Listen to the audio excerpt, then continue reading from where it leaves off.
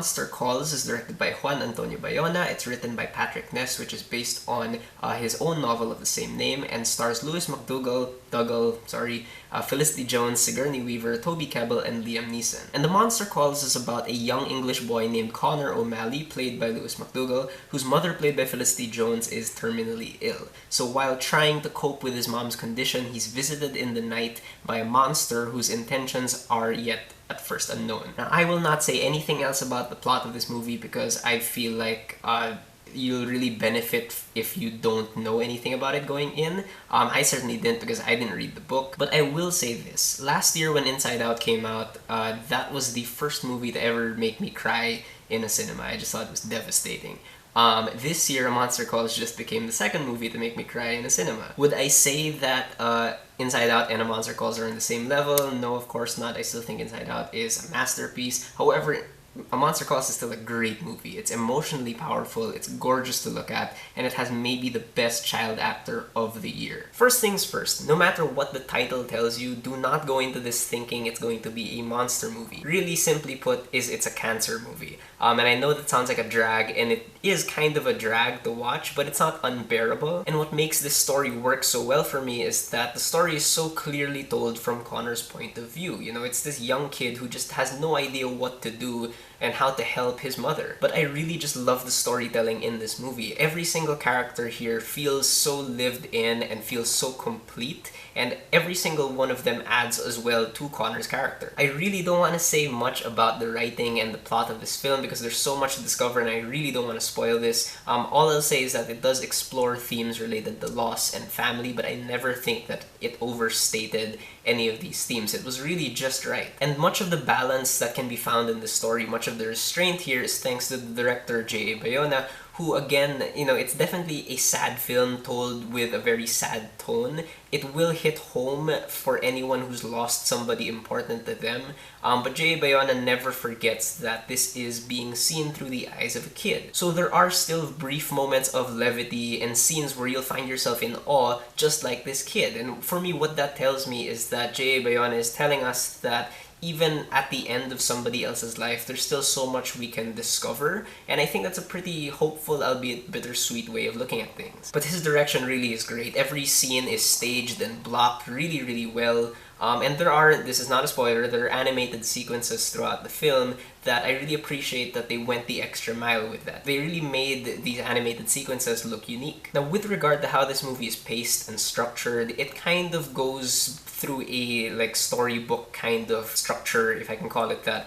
because it alternates between Connor's experiences with his mother and then his experiences with the monster. And what they do is that they blur the line between what's real and what's a dream. And you know, these two parts are very distinct from each other, but they bleed into each other really, really seamlessly. And there is a lot of really smart and really creative editing here by Bernat Villaplana and Jaume Martí that really plays around with the progression of time and progresses the story in visual ways. But for the most part, this is a steadily paced film that really lingers on moments of pain, which I again really appreciated, even if, you know, they never do it excessively. The pace of the movie again puts you in the mindset of Connor. It kind of makes you feel like you have his insomnia because there are moments that linger on, and then there are moments that are kind of like abrupt time jumps and feels like you're drifting in and out of sleep. And we have to talk about just how good this movie looks. First of all, like even without any of the special effects, the cinematography here from Oscar Faura should get nominated for something come Oscar time because it really is gorgeous to look at. It has this dark and muted color palette that's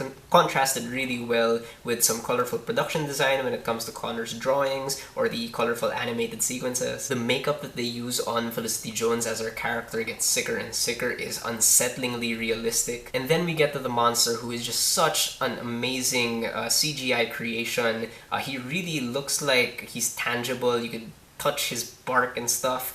But I love that they didn't try to make the monster like the star of the show. They didn't try to overshadow Connor with this CGI thing. You know, they really concentrated on making it seem realistic to help us connect to it and to help us connect to Connor even more. And we must talk about the acting in this movie because this entire cast is so good. Oh my god, like they're all so fantastic in their roles. First of all, Liam Neeson is just perfect as the monster through his voice. Like he really captures how threatening this monster is, but he's still kind of warm like a fireplace. I think Patrick Ness mentioned in an interview that the monster is supposed to be nice but not kind, and I think Liam Neeson really captured that. And Toby Kebbell is in this movie, and it's great to see him in a role that does not require him to do any action and stuff, because he really is such a great actor and he comes across really naturally amidst his character's complexities. Sigourney Weaver is here and she plays the grandmother of Connor, and her English accent is not consistent in this movie. However, she herself is really fantastic in this performance because she comes across again like a real human being who just has so much going on. She is going through her own ways of how to cope with her daughter's illness,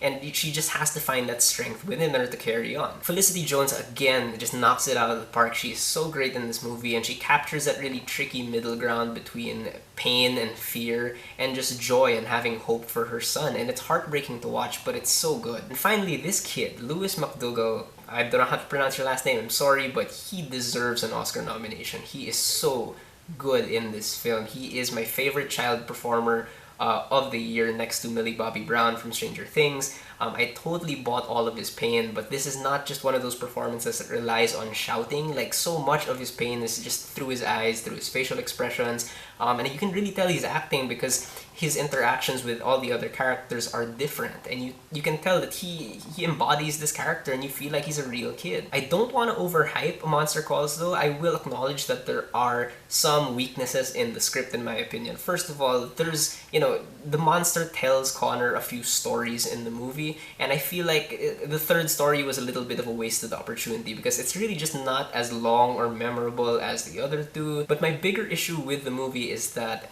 towards the third act, the character, I won't say who, says something and it's implied that they felt this way the entire time, and I really just did not feel it because it kind of came out of nowhere. They didn't build up to it. I think it would have been way more emotional and effective if they built up to it.